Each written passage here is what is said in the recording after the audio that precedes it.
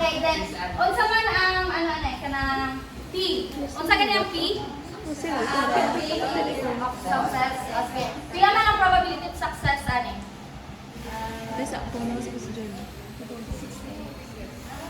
Kasi po sa na-save na ito. Napindot ako diri oh. Pila? 68%. So, and then pila man ang ato ang probability of failure? 20? 1? 22. 92? 68? Pila na? 32 I rather. Oh! Sige, so, 32. and as I will use social media kasi struggle. Sige, next. So, ang atong P is the 68%. So, sa 68%, para magamit mo siya kay probability of success, sige, mo na siya i-times sa 100. So, 68% times 100 is 0.68. So, sa ato ang probability of failure, which is 0.32 na siya. So, and the number of trials is 6. The possible values are x are equals to 0, 1, 2, 3, 4, 5, and 6. So, dapat mag-start din si x sa 0. And then, the probability of each value of x are, so, gamitan mo tanan na variable sa x. So, gikan kay 0, paabot kay 6. Gamitan mo itong, kapatid mo itong gipabasa na ako sa inyong formula. Amo lang niyo siya. Imo na siyang i-substitute. So, kay usa ka ni basa ni C? Choice. So, naapagin sa basa ni C. Kanang complement. Amo na isa ka basa ni C. Complement. And then, if ang imuhang P or the variable P times X mo is 0, so si C or si complement is automatic 0. Amo na po sa iba. 0, 1, 2, 3, 4, 5. And then, proceed na ka sa kanang multiplication. So, yan nila. Masabdan na ninyo? Pulihan. Explain pa na kung ano naabot siya sa inyo. Hindi na.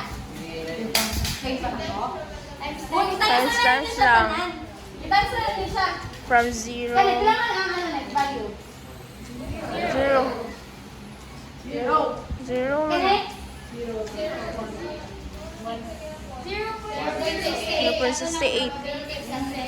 Kani? Failure na siya. Copy lang man to. Oh. I-times mo na ninyo sa tanong. X 6 minus 0. From 0 I-slide to... mo yung calculator kay amo niyo siya ang gawasan niyo siya guys sa calculator. Basta na ang inyong naging sure, memorize niyo si formula. Kung kabalo mo kung unsa yung meaning ni formula. So di ba nag-start man ta dapat kay 0? Hindi na. So ang value ni 0 need give na nimo. Kay pag wala ang value ni 0, Diretso wala na sa mo one. di ba dapat ang equal ani is 100 or 1. So kung wala si 0, kulang na sila tanan. So kapag na 1, 14, 73, 206.328, 0.279, o 0.099. So these numbers are between 0 to 1. Walay nila pa. 0 to 1 sila tanan. Yes. Next so notice in the table at the left side Same that sa all the one. probabilities are between Di siya 0 and 1. malapan. And that is the sum of the probabilities is 1. So kung kukuha kang sum of probabilities, 1 na gid Yes, siya. always So 1. if ang imuhang Di pagkuha po siya sa more sum of greater probabilities, down sobra 1. na siya sa 1. Meaning, Dili ang siya. imuhang ano dito is sayop. Sayop, yes. So mag-trial and error na po na maabot siya kay 1. Next. Same So, po discuss na. example number 4 na gets na mo at ang isa, wala may question. 1 di siya muna. Sure ha? Sige. It's either A survey 0. found that and 26% of US adults believe that there is Dili no po difference mag-negative. between secured and unsecured wireless network. So a secured network uses batteries such as firewalls and passwords to protect information, and an unsecured network does not. So you randomly select 100 adults. What is the probability that exactly 35 adults believe there is no difference between secured and unsecured network? Use technology to find the probability. So kanin, technology na po dato ang ganito na ni kay Minitab, ingana. So before na mo use amin technology, let me ask you, what is the value of x in this example? X. Third. Plus? Yes, 35. 5. Okay, ang ano ba? What is the probability that exactly 35 adults, 35 naman na yan variable of x, amo ni siya, 35 adult siya. Kung pila lang ang gipangayo ba? So, ang si P is si 26%. So, kung si 26% ang atong P, unsa man atong Q?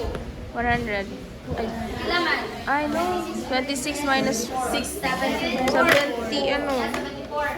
Sige, next. So, 24. Minitab and Excel. Pwede po na magamit sa Excel na. So, false demonstration. Technology na. So, sa Excel, makita niyo siya na ningon sa Excel ng false.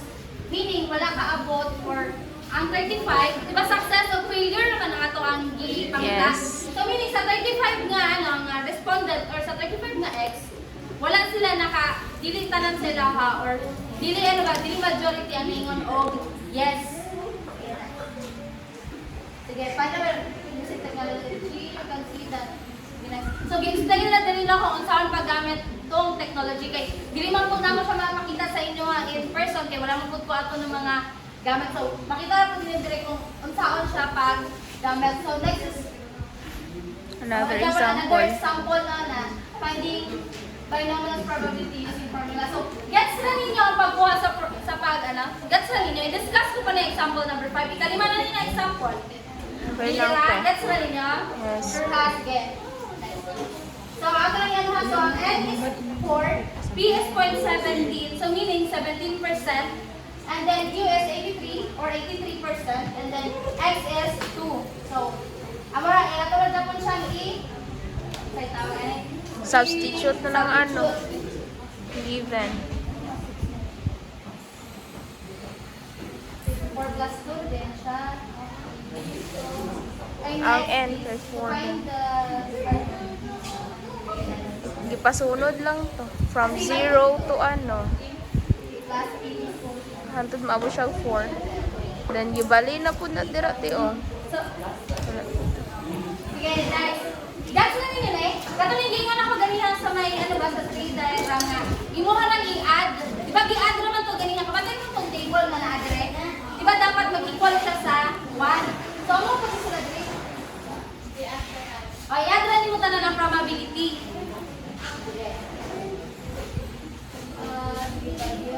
Find the probability fewer than the probability is 0.88 to 6.36. Puro na gito siya example. Sige. So, kanina po, there's binomial probability using a table. So, na ay table, pwede na to gamiton in finding the binomial probability. So, mura po siya, di ba ka pala mag-test? Para po siya nga, pero kanina is, para siya sa binomial probability. So, a portion of table 2 in appendix B is shown here. So, using the distribution for n is 8. N is 8. And B is 0.1. Tura. You can find the probability that X is 4. 4. Ara. 8, 1, 4. Saan to 0.1? Tingnan naman. You can find the probability that X is 4 by the highlighted area in the table. Kaya di ba ang P is 10? 10%. yes. So, ano naman si 10? 0.10. 10. So, ang imuhang gipangita is, di ba si 8? Nara. And then, Then 4 imuhang X. so, ang imong X is si nana si given, imong X is si formal. So, kung asa sila magtagpo, amo na ang imuhang ng probability, or yes, amo na ang answer. Kung asa sila magtagpo ni X o ni P. Guess na ninyo? Lantaw Yes, na ninyo siya. Next. So, Technology ginawa Japan. table. Sige. Using the Sige. graphing. Graphing. Kaya, balik dito. Graphing. So here, mag-graphing na punta. So 62% of cancer survivors are ages 65 years old or older. So you randomly select 6 cancer survivors and ask them whether they are 65 years of age or older. Construct a probability distribution for random variable X, then graph the distribution. Okay, pila ka to ang P. Pila tong P? P. Sila. 62. 62. 62. 62. P. 62. 62 ang atong P. P. Then ang atong Q, pila man? 38. 62 ang atong 38. 38. Okay. So, Then 65 ang X. 65 X. selected 6 cancer as the Malaresa. So, dala, ang ato ang ano, kanang ato ang N is unknown pa siya. Kahit di ba randomly selected siya. Construct a probability distribution for the random variable X. Sige, pare. Random naman siya, so ay nana dito 6, nana 6, diba?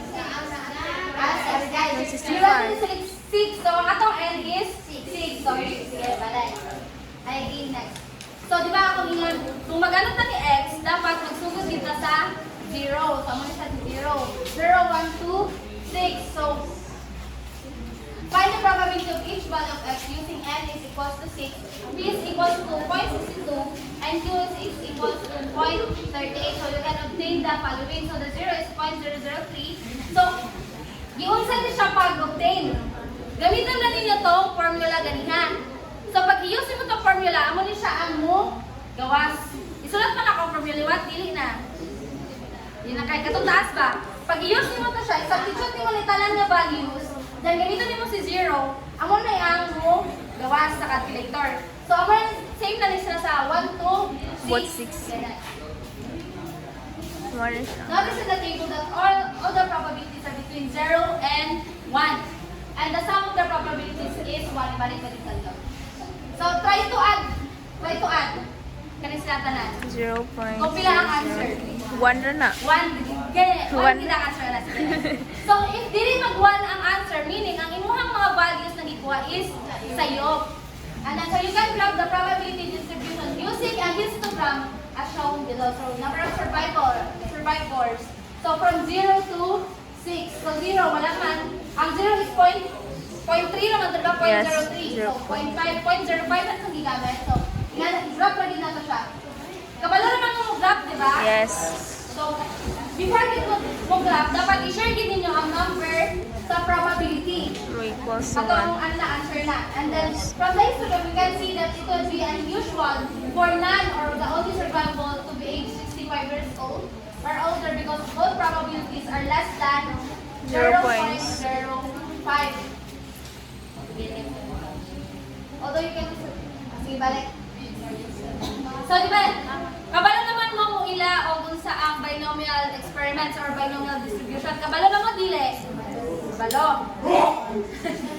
Sige, then, kabalo na po mo gamit sa mga formulas. Kabalo hindi.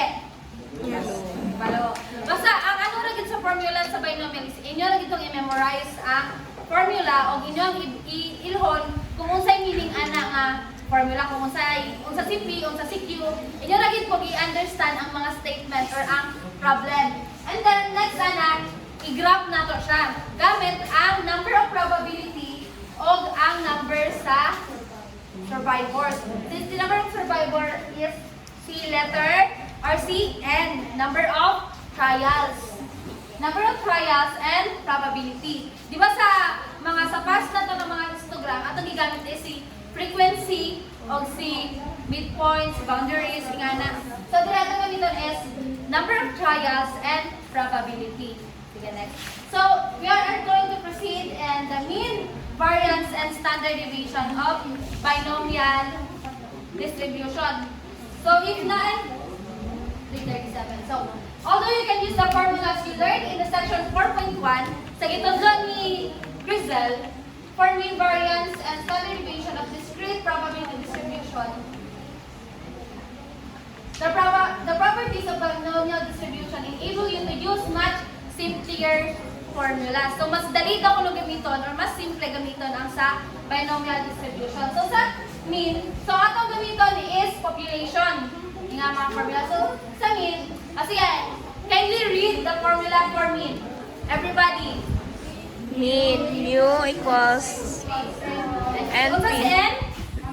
number of trials times the probability of success. Okay, same variance. Sigma squared.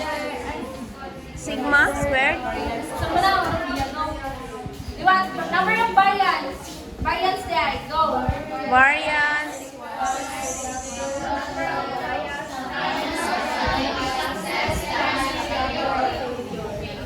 Standard deviation. Deviation equals to square of number of success. So, ay para mas ano, if malimot mo ni NPQ or ni number of trials times number of probability of success times number of probability of failure, pwede lang nyo i-squared si variance. Pareha na din sa atong gamit last time. Sige, next. So, atong ganito na pagkaroon is si mean, variance, and standard deviation. So, gamitin natin sila kung para mabalaan if success ba na siya or failure. And then, in Pittsburgh, about 56% of the days in a year are cloudy. Find the mean, variance, and the standard deviation for the number of cloudy days during the month of June. Interpret the result and determine any unusual values. Sige, question. About 60% of days in a year are cloudy. So, pila man na siya sa isa ka tuig? Ang 56%. Pila man na siya ka days? In a year. One. Pila man na siya? Ito? Oh, 56 eh. So, sige. Find the mean variance for the number of cloudy days during Days, the 1 month month. of June. So, si June ra ang ato ang 30 si June. Sige, si ating new, Na. diba, is Diba? time 30 para days. makuha dapat na tayo times the number of trials kay probability of success. So, number of trials is 30. Nga ng 30. 30 days. Kaya di ba 30 days naman In ang 1 nasa month, June. June. So, number of probability success is 0.56. Kaya di ba nga dito 56% in a year daw ko no. Cloudy. So, imo lang i-times si 30 kay 0.56. So, ang imong mean is 16.8. So, Tama, yes. Dalilan ka. Okay. So, kay variance, imo na pang i-times si trials kay Times point. success o kay failure. 0.44 siya. Kaya nga lang, may nasan man mo si success o 100 or di may nasan yes. mo si success sa 100 100. para makuha mo si Failure. Kay 100 naman kita tong need. If tagaan ka sila number of success nga 1, meaning ang failure ana 99. And then, so the variance will be 7.4. Four, So for approximately standard 7.4. deviation, mo na siyang squared si variance para makuha ang standard deviation. So, 2.7. Okay, di ba? If 2.7 yung standard deviation, unsay meaning ana? Lapaw na siya. Lapaw na Yes, siya or yung probability. unsay sakto nga term? Na fail. No, overlap. Unsay sakto nga term if si standard deviation 2 na, unsay tawag? Di ba naatay 35? So, sa ganito muna nga, ano sa 68? 60? Ano sa? 68%? 95. Binom. Ay, ano? 99.7. 99. 97. 99.7. Pila man ang pila man ang 1 standard deviation 1. Sino yung 5? 2. Sino 3 above plus. So kung si standard deviation mo 2 and more, unsa may meaning sa 95%? Binom yan. Unusual, yes. So kung 2.7 ang mo standard deviation, Unusual. so ang answer ani is unusual ra daw kuno naniulan or dili gid sige. Dili gid niya occur ang ulan atong June. Gets ninyo?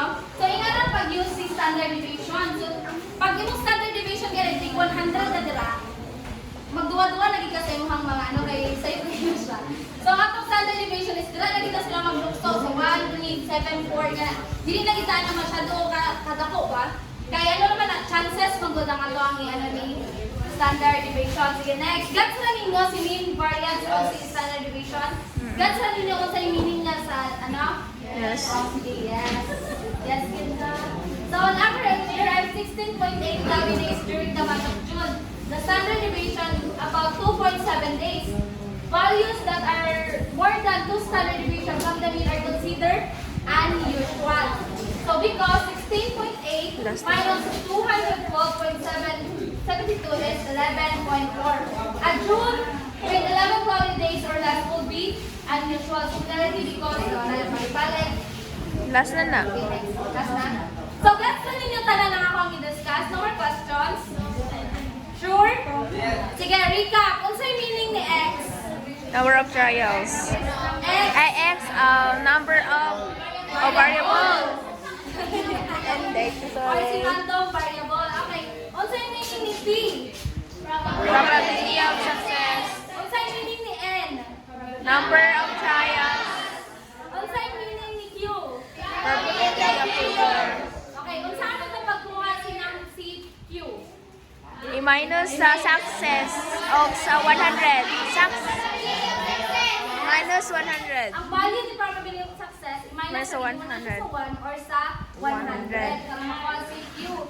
So, unsa may use ni mean, median o ay ni mean o the variance of the standard deviation sa binomial? Ma-identify. Unsa may ano, unsa may use ni mean, variance of standard deviation? Yes, to para Determine. mabalaan nato if success ba or failure. Di ba ang atong tungong ani is mabalaan nato kung success o failure. When you say success, unsay mean ana? Sakto. Sakto. Nakuha ang imong aim. Nakuha imong aim. Amo na meaning ni so si success mo God in other term is your interest. Yes. Interest. So, di ba ang kani nga problem, ang interest ani mabala pila na kuno ka percent nagulang sa June. So imong interest ra ana is June ra then amo ra kung ganiha. Si amo meaning ni success. Kung wala siya ni ulan ana ang time, so failure siya. Di ba kani failure di ba kay unusual man ang iyang standard deviation kay nilapaw siya sa or nilapaw siya sa 1, wala na siya sa 95%. So wala na. Okay na? So, wala na question.